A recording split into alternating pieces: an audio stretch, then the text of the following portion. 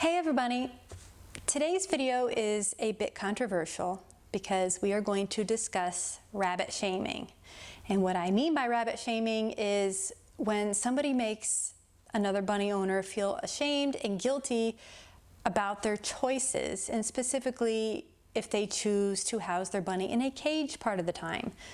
It has been brought to my attention recently that there are some online resources that are complete advocates for free roaming your bunny.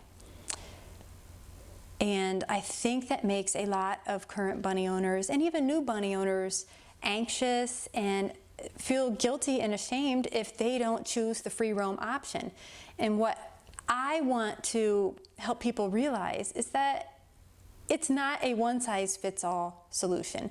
There are certain circumstances and situations where completely free roaming a bunny and not using a cage or enclosure just doesn't fit with someone's lifestyle and isn't going to make the bunny or the family happy, and the family might want to get rid of the bunny because it's too much trouble.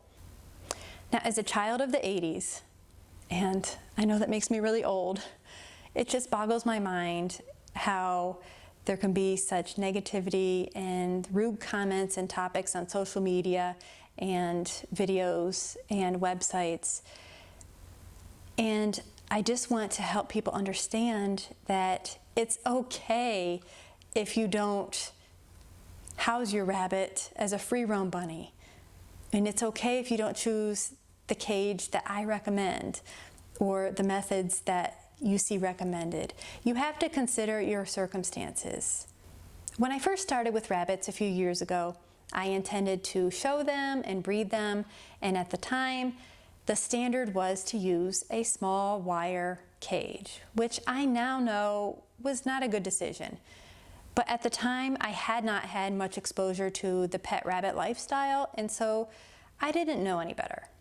Now, over the years, I have continuously tried to improve. We built this wonderful bunny barn, and they have heat and AC and filtered water and organic hay and veggies from our garden and the best food that I can buy, and exercise and lots of interaction, and I've reduced my numbers.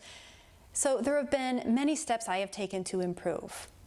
However, I know I'm not perfect, and I want to help people realize that there is no one-size-fits-all solution for how you should house your rabbit. It really varies based upon your situation, and I don't want people to feel guilty or ashamed by their decision if their rabbit is safe and their rabbit is happy. So let's discuss both of those in detail. When it comes to safety, I feel there are four main aspects to consider. The first being that rabbits chew a lot.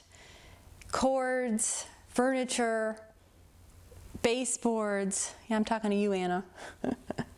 I have a baseboard that is chewed from when I let a rabbit in our house.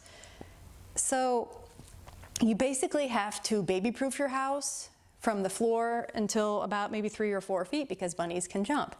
And it's not only normal things like cords and furniture, but also things like screens or pantry items that a bunny can get into and they shouldn't, and that could harm them.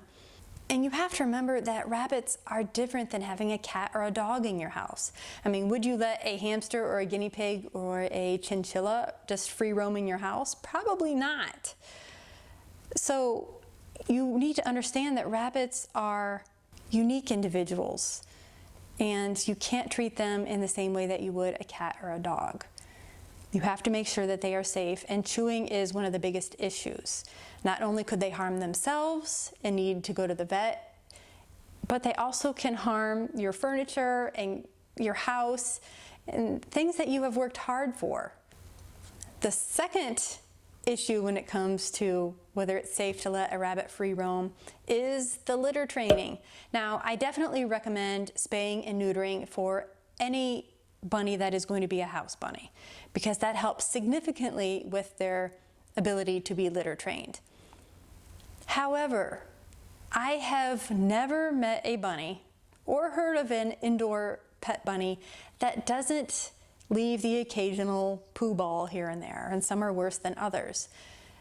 So you have to ask yourself, do you want that throughout your entire house?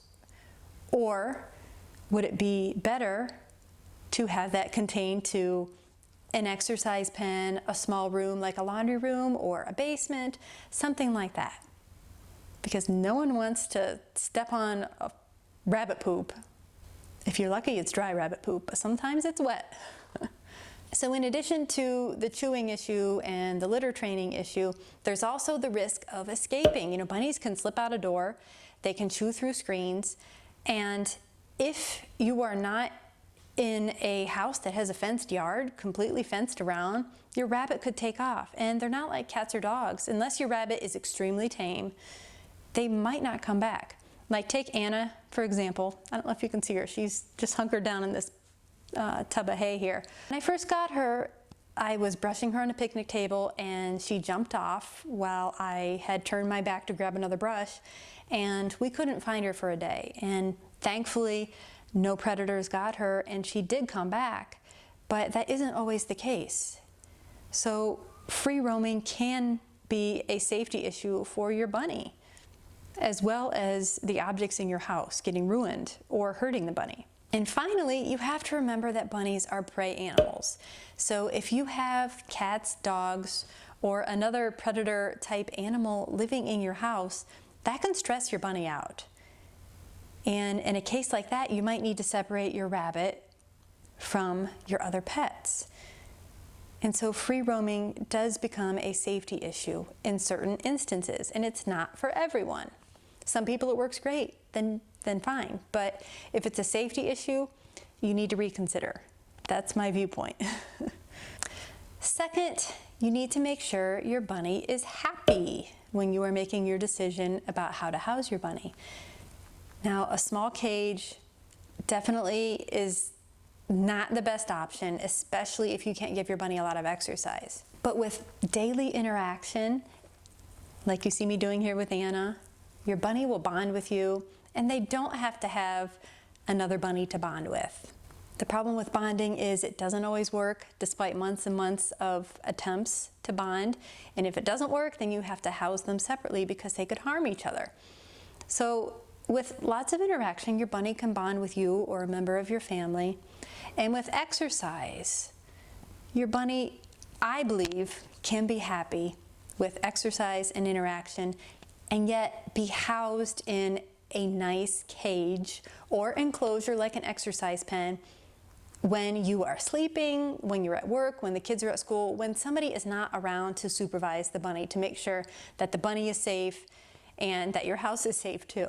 So is it worth your bunny being what you think is the happiest, free roaming, but yet sacrifice potential safety issues to your bunny in your house? That's the question that you need to ask yourself. And if your bunny would be safer, yet still happy living in a nice cage, then that might be the best option for your situation. And I don't think you should feel bad about that. Now, when it comes to cages, there are many different options.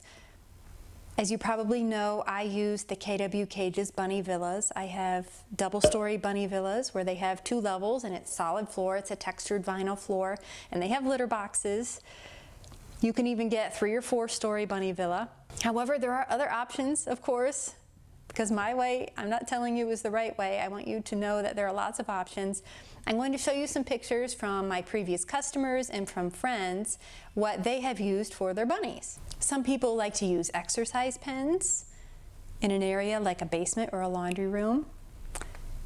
Or you can even attach an exercise pen to the outside of your cage so the bunny can hop in and out as he or she pleases. And they can probably be out all the time in that exercise area if it's a secure area. Then you have a cage like this that is very nice, large, solid floor cage, no exercise pen attached to it, but you can easily open the door when you are home and able to supervise your bunny and let your bunny hop out and have plenty of exercise time and places to roam.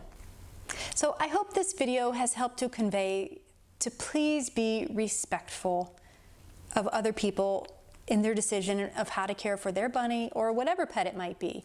And for those of you with bunnies trying to decide how to care for your bunny and house your bunny, really consider your situation, your needs, your bunny's particular needs, and find a balance that works for you and keeps your bunny safe and happy. And don't worry about what you are hearing, that you have to free roam your bunny all the time, or you're a bad bunny owner, or you have to use this particular cage, because you need to consider the pros and cons and figure out what works for you. Right, Nanner? Figure out what works for you. If you have questions or kind comments, feel free to drop them below and I will try to get to them as soon as I can. Thanks for watching, everybody. Anna, you're a loud hay chewer. You're quite loud. Bye.